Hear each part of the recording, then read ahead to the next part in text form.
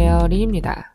저는 영화를 거의 보지 않습니다. 1년에 많아봤자 한 편? 작년에는 한 편도 안 본 것 같고요. 그 작년도 기억이 잘 안 납니다. 안 본다는 거는 뭐 집에서 안 보는 거 포함, 영화관 안 가는 거 포함해서 영화에 손을 뗀 지 정말 오래됐어요. 가장 제가 영화를 활발하게 보던 시기는 아마 학생 때 아닐까. 중고등학생 때? 특히 중학생 때 기억나요. 특별활동? 토요일마다 하는 게 있었는데 그때 제가 영화감상부였거든요. 영화감상부는 항상 경쟁이 치열했습니다. 인기가 정말 많았죠.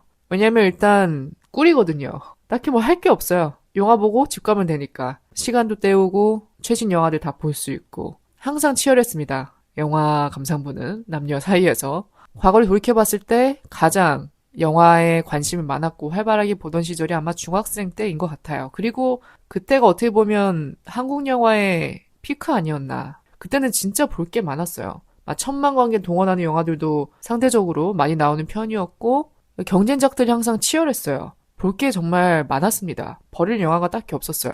그래서 시상식 보는 재미도 있고 했는데 어느새부턴가 어느 시점부턴가 재미가 많이 없어졌습니다. 그리고 내용이 너무 뻔해요. 영화마다 소재가 너무 뻔하고 다 똑같은 라인업에 예상 가는 배우들이 다 그 자리에 있더라고요. 출연진들만 봐도 무슨 내용인지 다 알 것 같아요. 이미 영화 한 편 다 본 느낌? 이거는 한국에만 국한된 거 아니라 생각합니다. 해외도 마찬가지라고 느껴요. 똑같은 배우들이 계속 나오고 딱히 소재가 참신한 것도 없고 진짜 찐 영화. 물론 관객을 많이 끌어들일 만한 그런 흥행 요소도 있어야 되지만 그 이야기 자체도 좀 전달력이 있어야 되잖아요. 전달력이 있고 감동도 있고 뭔가 좀 교훈도 있고 그런 좀 깊은 영화가 없는 것 같습니다. 어쨌든 어느 시점부터인가 안 보게 됐습니다, 영화를.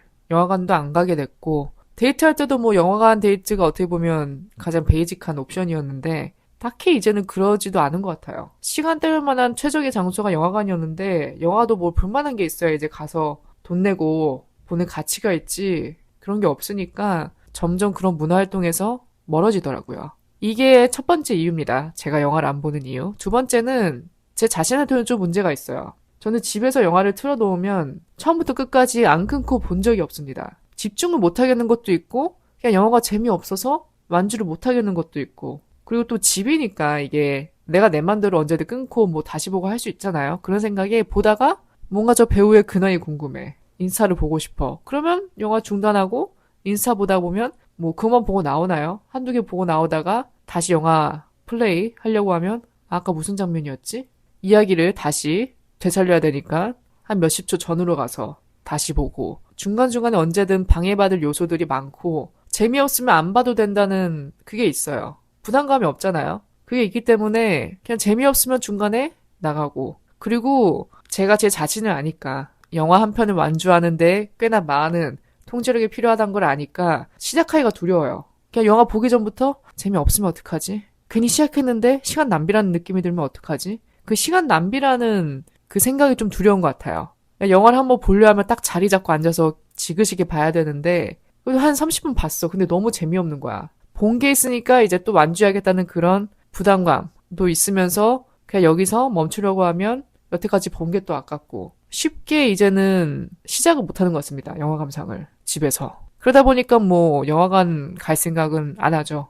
어쨌든 제가 영화와는 딱히 친하지가 않지만 그렇다고 인생 영화가 없진 않습니다. 두고두고 제 인생에 큰 여운을 남긴 인생 영화는 몇 편 있어요. 그 몇 편들을 여러분께 오늘 소개해드리면서 왜 이 영화가 나한테 큰 여운을 남겼는지, 왜 의미가 큰지, 나는 어떤 부분에 감동을 느꼈는지, 각 영화마다 하이라이트 포함 제가 느낀 점들을 영화 감상문처럼 여러분께 전달해 드리려고 합니다. 제가 오늘 나열할 영화들은 여러분들이 다 아실 만한 또 한 번쯤은 다 보셨을 만한 영화예요. 제목 듣고 그럼 뭐지? 이럴 영화는 하나도 없습니다. 너무 다 히트작들이라 여러분들 제목만 들어도 다 아실 거예요. 하지만 이런 고전 영화들은 질리지가 않더라고요.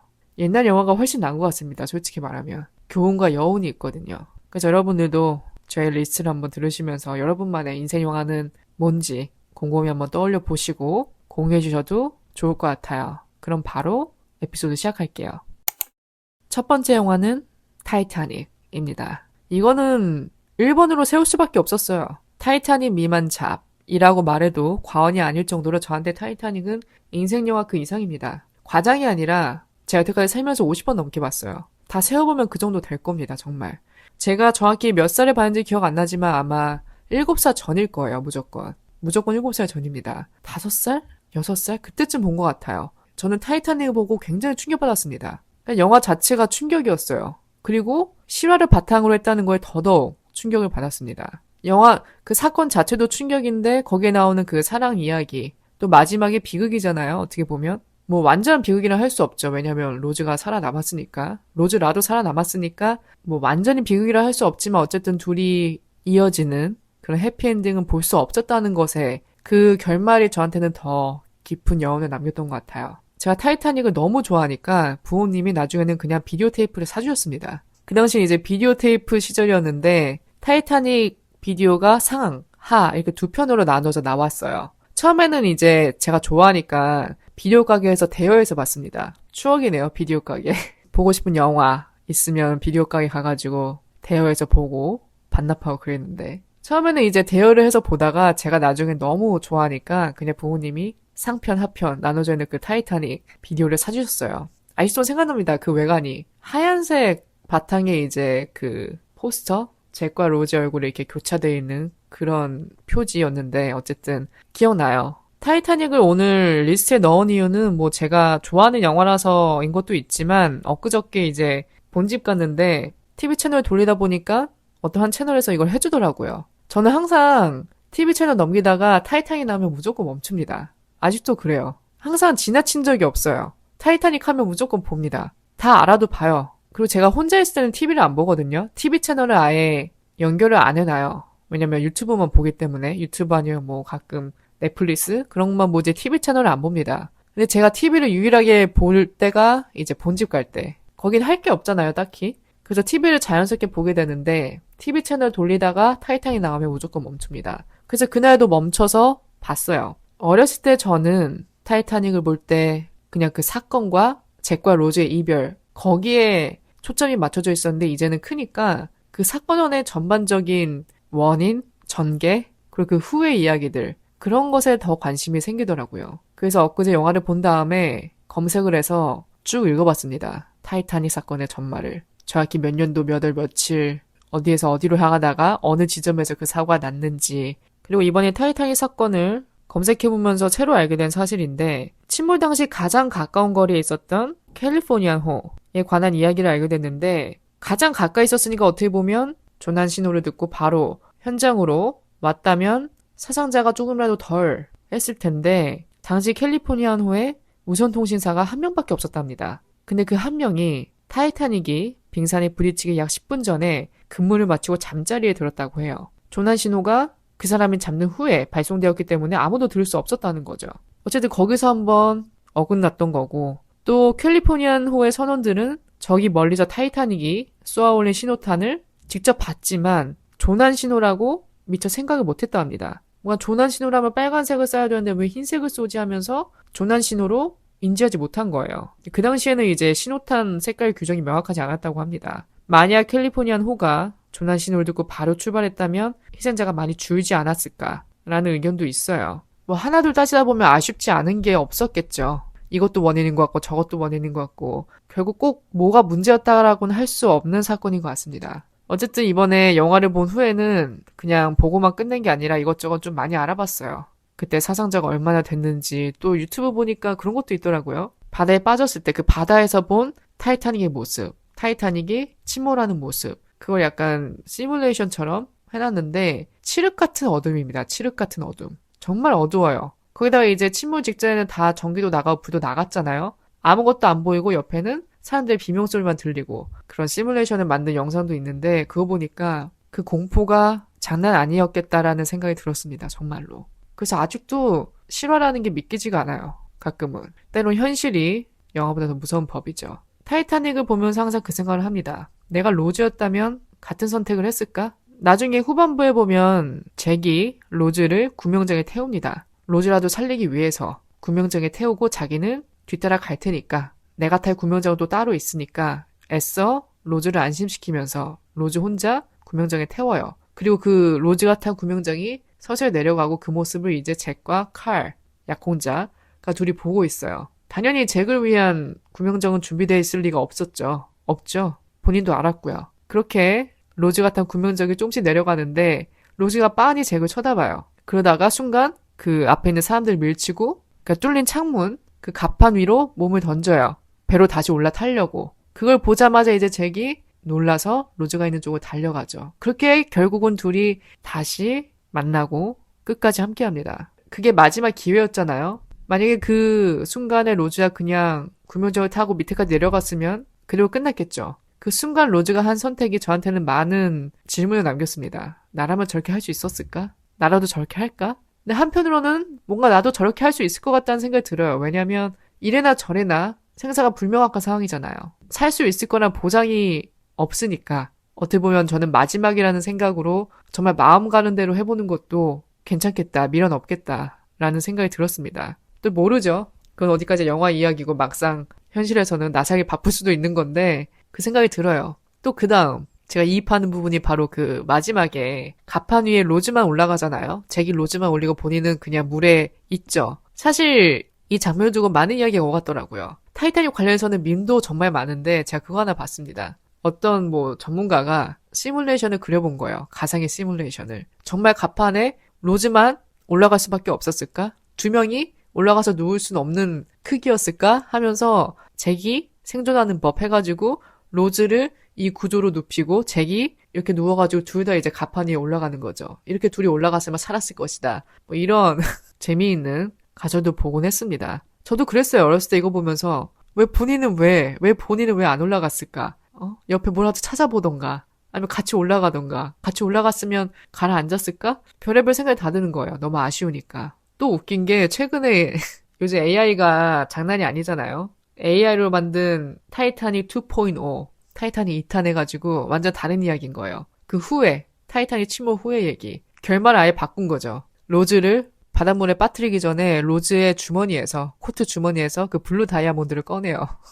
그래가지고 본인이 생존한 다음에 나중에 부자가 된 거죠. 저는 어떻게 보면 그게 현실 버전 아닐까. 현대판 타이타닉. 현실이 더 잔인한 법이니까 현대판을 만들었으면 그런 결말도 가능했겠다 싶어요. 그래서 여러모로 타이타닉은 저에게 의미가 남다릅니다. 아마 죽을 때까지 계속 볼 거예요, 저는. 뭐 채널 돌리다가 발견하면 볼 거고, 나중에 또 보고 싶으면 볼 거고, OST가 듣고 싶으면 볼 거고, 아련해질 때도 볼 거고, 친구한테도 제가 한번 영업하고 그랬어요. 친구 놀러 왔을 때 제가 타이타닉 한번 보여줬습니다. 타이타닉 아직도 안 본 사람이 있더라고요. 저한테는 신기하거든요, 그런 사람이. 어떻게 한 번도 안 봤을까, 타이타닉을. 아무래도 제가 좀 바이어스니까, 워낙 애정하는 영화니까 그런 것 같아요. 혹시라도 안 보신 분이 계시다면 꼭 보시고요. 관련 밈도 많으니까 한번 찾아보시기 바랍니다. 그 다음 영화로 넘어가 볼게요. 두 번째 영화는 트루먼 쇼입니다. 명작이죠, 명작.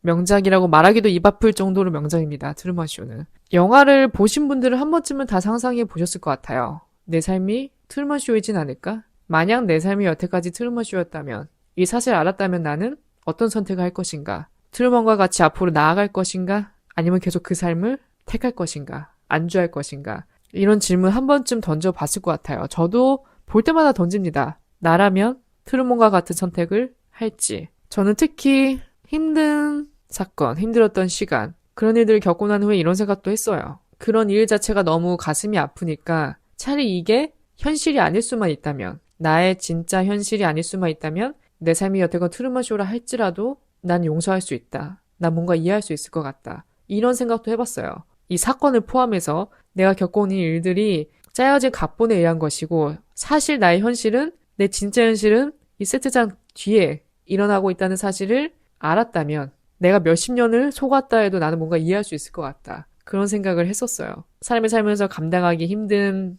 일이나 슬픔을 겪을 때 그게 진짜 실제 일어난 비극이라는 사실을 받아들인 것보다 차라리 정교하게 짜여진 각본이다 라고 믿는 것이 마음이 편할 때가 있는 거죠. 한마디로 현실의 비정함보다 배신감이 낫다. 수십 년을 속았다는 사실을 분노하기보다는 내가 지금 느끼는 이 슬픔이 설정이었다는 사실에서 오는 해방감이 더 클 것 같아요. 내 삶이 여태까지 트루먼 쇼였다 라고 하면 보통 사람은 분노하게 되죠. 그 시간이 날린 기분이니까. 몇십 년을 내가 속아왔다는 그 사실을 분노하기 마련이지만 이런 일에 있어서만큼은 이 세트장 뒤에 진짜 내 삶이 기다리고 있다면 저는 그냥 지금까지의 고통은 그냥 쇼였다 라고 치부해버리고 다시 시작할 수 있다는 일종의 희망을 가지게 될 것 같아요.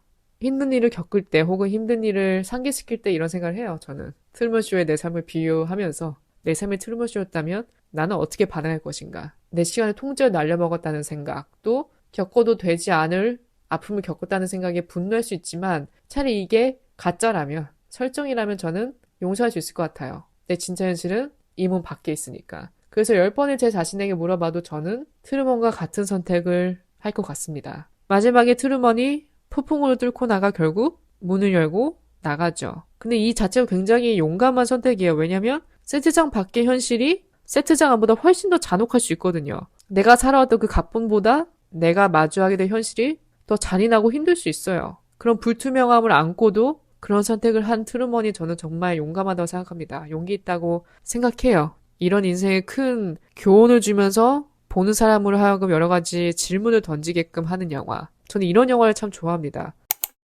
그 다음 영화는 벤자민 버튼의 시간은 거꾸로 간다. 이것도 명작이죠. 이것도 희대의 명작이죠. 저는 아직도 생각나요. 엄마랑 저랑 영화관에 가서 직접 봤습니다. 굉장히 감동받고 나왔던 기억이 있어요. 엄마랑 저랑 둘 다. 그래서 집에 오면서도 계속 얘기를 했던 것 같아요. 영화에 대해서.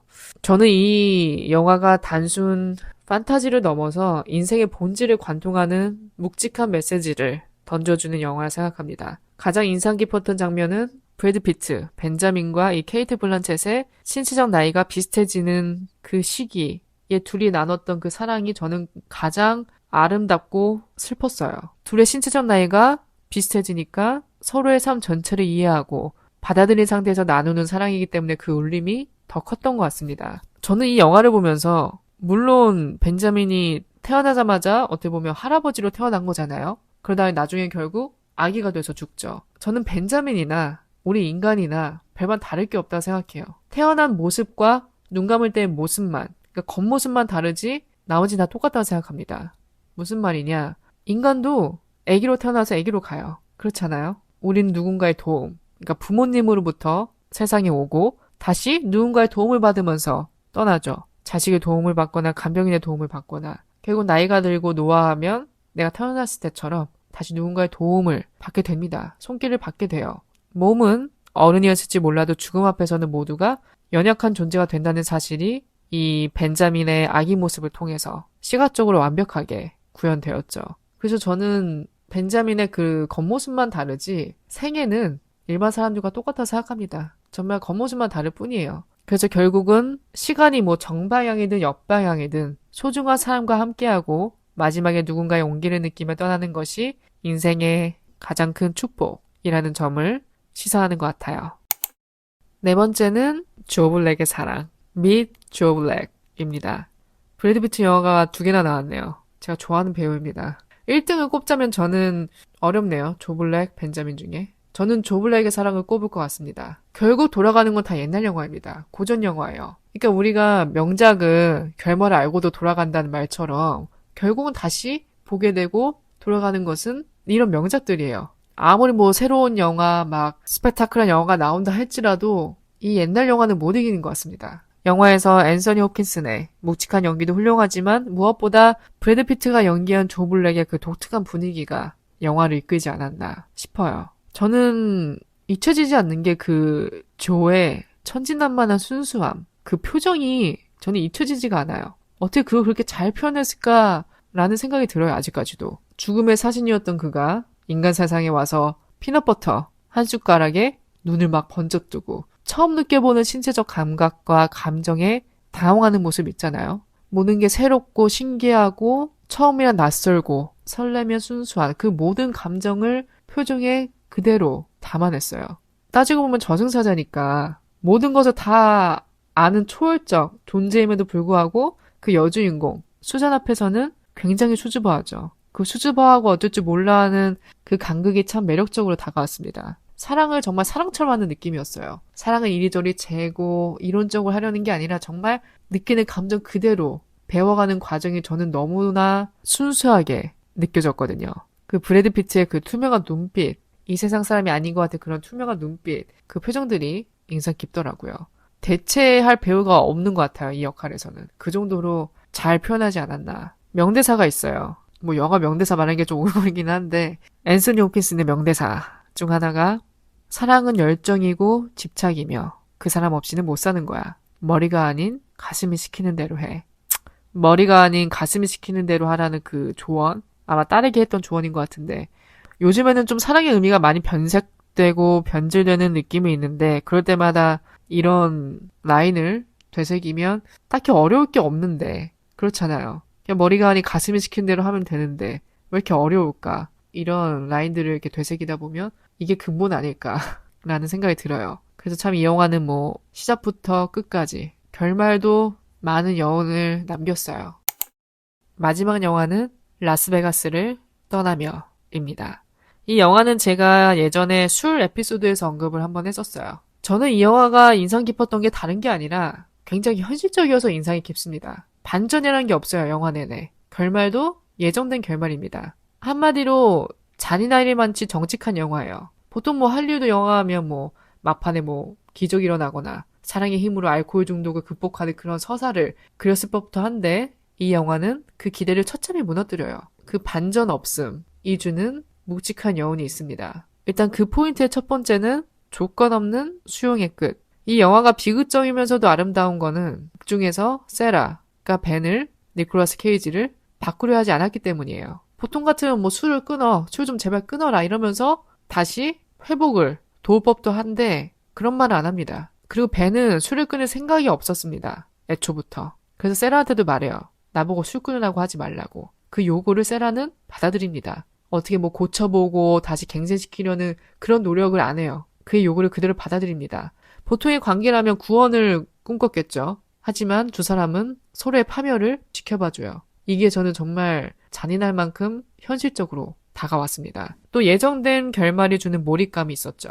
영화 처음부터 벤은 아예 선언을 해요. 죽으러 라스베가스에 왔다고. 이미 벤은 마음을 굳혔기 때문에 어떻게 보면 살 수 있을까라는 희망보다는 그가 어떻게 무너져가는가라는 과정에 집중하게 되더라고요. 영화를 보면서. 그리고 과정이 너무나 처절해서 영화 끝날 때쯤은 진이 다 빠져요. 또 무엇보다 빛났던 거는 니콜라스 케이지의 열연 아닐까. 알고 보니까 니콜라스 케이지가 이 캐릭터를 위해서 역할을 해내기 위해서 실제로 술을 마시면서 연기를 했다 해요. 드링킹 코치를 고용했다 합니다. 실제로 술꾼이자 시인이었던 친구 토니 딕먼을 드링킹 코치로 고용해서 단순히 뭐 술 마시는 연기를 배우는 게 아니라 술 취했을 때 나오는 특유의 몸 움직임, 웅얼거림 같은 그런 디테일을 얻어냈다 해요. 유명한 일화가 있어요. 영화 속의 카지노 난동 장면인데 이 장면의 리얼리티를 위해서 실제로 술을 아주 많이 들이킨 상태로 임했다 합니다. 그래서 나중에 인터뷰에서 말하길 그때 완전히 필름이 끊겼다고 해요. 테이블을 뒤엎은 것조차 기억이 안 났대요. 그래서 그 감독이 당시에는 케이지가 너무 취해서 통제가 안 돼가지고 꽤나 당황을 했는데 결과적으로는 그런 처절한 연기가 어떻게 보면 오스카 나무주연상을 안겨주는 결정적인 계기가 되지 않았나 싶었다 합니다. 보면서도 연기하고 있다는 생각이 안 들어요. 배우가 술 취한 사람을 연기한다는 게 아니라 알코올 중독자가 나온다라는 느낌이 들어요. 그래서 저는 이 영화가 술에 대한 어떤 미화, 억지 감동 그런 것들이 하나도 없어서 일절 없어서 오히려 더 기억에 남는 것 같아요. 오늘 제가 나열한 영화들을 들으면서 느끼셨을지 모르겠지만 제가 좋아하는 영화들의 특징은 보통 현실적인 것, 어떤 교훈, 깨달음을 주는 것, 플러스 억지로 맛집을 짜내는 억지 감동, 혹은 뭐 판타지 요소 그런 것들이 없는 영화, 그런 작품들을 좋아합니다. 그래서 제가 판타지를 안 좋아하는 것 같아요. 마블 안 보고요. 판타지 요소 있는 거는 안 봅니다. 저는 무조건 현실적인 게 좋아요. 왜 이렇게 현실을 좋아하는지. 그럼 판타지 영화는 재미야 있을 수 있는데 그 긴장감? 그런 건 있을 수 있는데 끝에 남는 게 없어요. 저는 항상 뭔가 끝에 남는 게 있어야 됩니다. 아, 그래야 잘 봤다. 이 영화 보길 잘했다. 더 찾아보고 싶다. 이런 게 항상 남아야 됩니다. 이게 개인적인 기준이 좀 뚜렷한 것 같아요. 오히려 또 코믹은 봐요. 코믹은 좋아합니다. 파이트 칙스 맞나요? 제목? 저는 그 질리지 않는 영화 생각하는데 그런 건 또 좋아해요. 코믹은 좋아하는데 판타지는 아닌 것 같아요. 의외로 또 좋아하는 장르가 공상과학, 우주 관련된 내용 정말 좋아합니다. 우주전쟁, 인터스텔라, 투모로우, 그런 재난영화, 가타카? 가타카 아시나요, 여러분들? 가타카 명작이죠. 가타카 좋아하고 제니퍼 로렌스가 나온 영화 뭐죠? 크리스 프렛이랑 패신저스, SF 영화. 또 맷 데이먼이 나온 마션도 굉장히 재밌게 봤고 네, 이 정도가 될 것 같습니다. 제 취향이. 오늘도 여러분들 에피소드 들으시면서 본인만의 영화 취향은 어떻게 되시는지 자유롭게 공유해 주시면 좋을 것 같아요. 또 인생작, 여러분들의 인생작도 궁금합니다. 또 제가 오늘 나열한 영화들이 여러분한테도 또 인생작이었을지 모르니까 공감 가는 부분이 많았으면 좋겠네요. 또 시간이 되신다면 오늘 제가 추천해드린 영화도 한 번쯤 보시길 바랍니다. 딴 건 몰라도 시청 시간이 절대 아깝다고 느끼지 않을 만한 영화들이니까요. 추천드려요. 오늘도 저의 이야기를 들어주신 모든 분들 진심으로 감사드리고요. 내용이 마음에 드셨다면 별 5개와 후기도 남겨주시고요. 팟캐스트 관련 쇼폰 컨텐츠는 팟캐스트 유튜브 채널이나 인스타그램으로도 확인할 수 있으니까 많은 관심 부탁드리고 저는 또 다음 에피소드로 찾아뵙도록 하겠습니다.